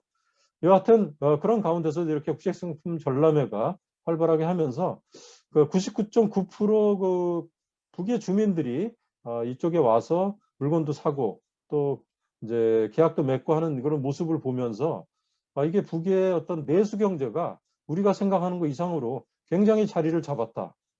이것은 또 하나의 또 대북 제재의 어떤 그 무력화를 하는 요인이 아닌가, 이런 생각을 하게 됐습니다. 그래서 이 대북 제재는 더 이상 이제 불용하다, 효과가 없다. 요즘 이런 말들 많이 나오잖아요. 북은 시간이 갈수록 어떤 자급자족, 자력자강 이런 것들이 더 비중이 커지기 때문에 대북 제재 효과가 더 없어진다. 그래서 이 미국의 입장에서는 북과 하루빨리 어떤 제재의 압박을 거두고 어떤 정상적인 그 외교 관계를 수립하고 종전선언 평화협정으로 가는 것이 서로가 윈윈하는 것이 아니겠느냐, 이런 생각을 하게 됐습니다. 아래 왼쪽 오른쪽 사진, 이것도 이제 차에서 가다 찍은 사진인데요. 평양 순안국제공항 가는 길에 대형 5개 광고판, 자동차 광고판입니다. 평양 시내에도 이런 광고판이 하나 또 있었습니다. 자, 이런 것을 볼 때요, 이게 뭐 이 한글로 이렇게 돼 있는데 누구한테 선전을 하는 거겠습니까? 북녘 주민들, 북녘 기업들한테 선전을 하는 거거든요. 이게 뭐 자랑하려고 뭐 보여주려고 하는 건 아닐 거고, 실제적으로 자동차들이 수많은 자동차들이 생산이 되고 수급이 되려면 자동차를 적극적으로 사야겠죠. 자, 그리고 또 하나, 장마당 시장, 이런 것들이 이제 북에 지금 440개에서 480개까지 있다고 하는데, 이 장마당 때문에 북의 시장 경제가 도입이 됐다, 도입이 되는 게 아니냐라고 또 착각을 하는데요. 절대 그렇지 않습니다. 장마당과 시장 경제는 아무 상관이 없습니다. 북의 이건 사회주의 시장 체제로 또 이해하시면 됩니다. 북의 최초 시장, 그 통일거리 시장을 제가 가봤는데요. 안에서는 사진 촬영에 누구도 찍을 수가 없기 때문에 저도 못 찍었습니다. 그래서 밖의 모습인데, 시장에 정말 안팎으로 수많은 사람들이 있고, 시장에 들어가면은 정말 한 수천 명의 상인들이 열정적으로 장사를 하고 있습니다. 그걸 보면 정말 북이 완전히 이게 시장 경제 됐네라고 이제 느낄 수도 있는데, 이런 것들이 다 이제 그 북에서는 하나의 그 배급 경제가 있다면 이제 시장, 그런 시장 장마당 경제가 있어서 같이 이제 조화를 이루면서 이게 다 이 당에서 컨트롤합니다.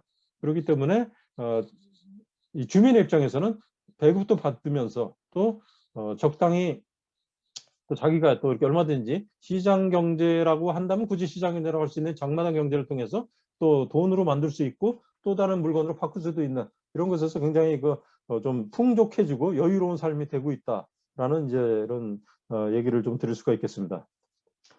그리고 이제 집을 사고 판다라는 그런 이제 얘기들을 뉴스도 막 나오더라고요. 작년 가을에도 보니까 MBC에서 아주 그 북의 지금 주택 가격이 얼마다 하면서 뭐 북에 오신 분도 나오고 뭐 이 북한 연구 뭐 전문가라고 하는 분이 나와서 아주 막 생생하게 얘기를 하길래 제가 정말 너무 황당했습니다. 아니 진짜 무슨 뭐 어떤 계약서가 있고 뭐 그런 증빙 자료를 통해서 얘기를 한다면 모르겠는데 이건 너무나 당연시하고 북에 뭐 평양에 그 목 좋은 아파트가 뭐 30만 불이라느니 막 이런 얘기들을 하고 그래서 너무 천연덕스럽게 하길래 도대체 뭘 근거로 이렇게 하는지 제가 좀 의아한데요. 북에서는 집을 사고 판다는 개념이 없습니다. 이건 분명합니다. 그런데 사고 판다라는 것을 우리가 좀 변형된 형태로 할 수도 있는 것이 뭐냐 하면은 교환을 할 수가 있는데요. 그거는 이제 북은 아시다시피 100% 이제 국가가 지급이 되거든요. 무상 주택을 지급이 되는데 주민은 그 평생 이용권을 받는 겁니다. 평생 이용권을 받으니까 내가 어디에 이제 주택을 받으면은 이제 그걸 사실상 갖게 되는 거죠. 근데 이것을 이제 우리가 한 곳에서 살지 못할 이유가 생기잖아요. 전근을 갈 수도 있고 뭐 결혼을 하고 뭐 분가를 하는 사람들은 또 다른 집이 있어야 될 것이고 뭐 이제 직장이나 뭐 유학을 갈 수도 있고 여러 가지 이유가 있으면 이제 이사를 할 수가 있거든요. 그런 때 그 주택을 서로 교환을 합니다. 교환을 하는 이제 일종의 그 뭐 중개사 같은 그런 것들이 있겠죠. 개인적으로 알아볼 수도 있고 그런 어떤 기관이나 이런 걸 통해서 적당한 그 주택을 내가 이제 예를 들어서 방 4개짜리 주택이 있으면은 그럼 이번에 이제 내가 자식들도 여의고 또 뭐 부모님도 돌아가셔서 두 식구 달랑 있다. 그럼 나는 두 가구 정도, 방 2개 있는 데대로 가고 싶다. 아니면 내가 직장이 어디로 이제 바뀌었는데 거기 가까운 데 가고 싶다. 그러면 서로 간에 그 필요한 그런 시장이 있습니다. 그럼 그런 사람들끼리 서로 바꿉니다. 교환을 하는데 그때요. 그 큰 집하고 작은 집하고 적정한 그런 이제 차액이 있지 않겠습니까?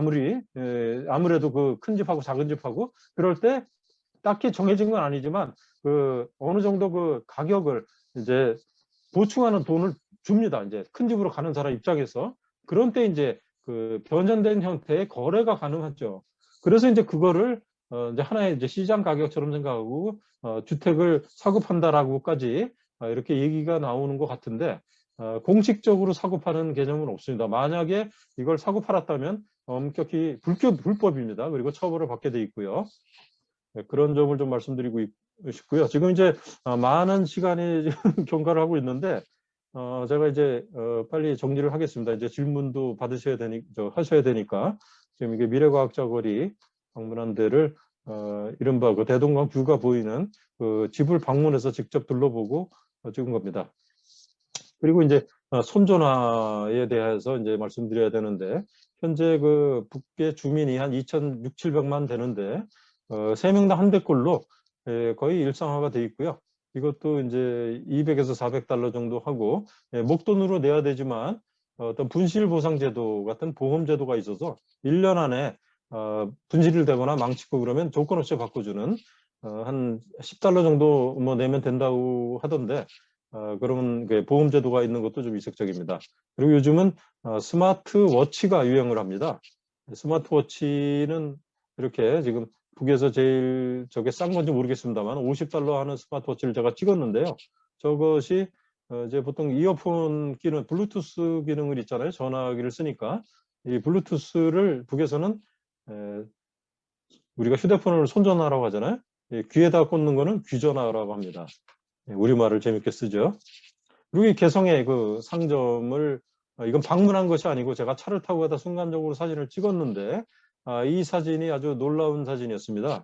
수많은 사람들이 개성시의 외곽에 있는 한 상점에 몰려 있는데 저것을 차에서 순간적으로 돌아가면서 찍었는데 그때 이제 제가 안내원한테 물어봤어요.